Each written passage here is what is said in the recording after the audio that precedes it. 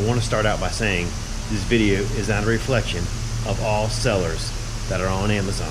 Hey, what's going on, guys? Pete with Auto Repair Tips. In this video, we're working on a 2005 Honda Odyssey.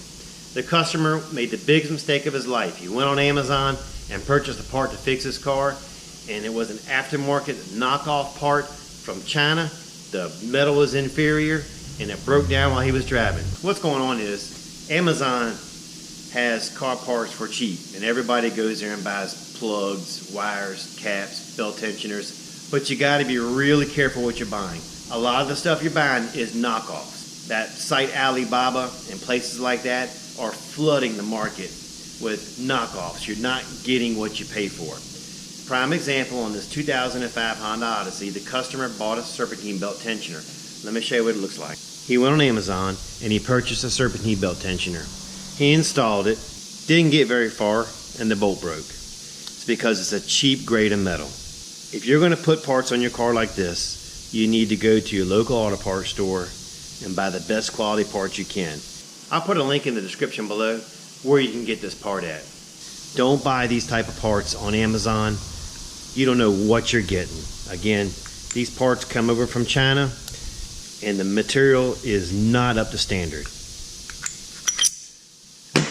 What I did, I went to the local auto parts store and I purchased the correct part for the car. It's good quality. You can definitely even feel the difference when you're holding the part in your hand. This is a much better quality part. When I install the new one, we're going to use a little bit of Loctite. It's 33 foot-pounds of pressure, which is basically snug it down tight. But also by using Loctite, it's going to guarantee this bolt's not going to back out. The one problem we have right now is the other half of this bolt is still in that car. I'm going to show you a little trick that works really well trying to get these bolts when they break off, trying to get them out of the block. Watch this.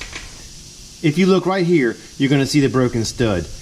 One of the ways I found to get it off is if you take an angle grinder and you're patient with it and you cut a groove in that broken bolt right there, 9 out of 10 times you can take a flathead screwdriver and go right up in here and twist it out.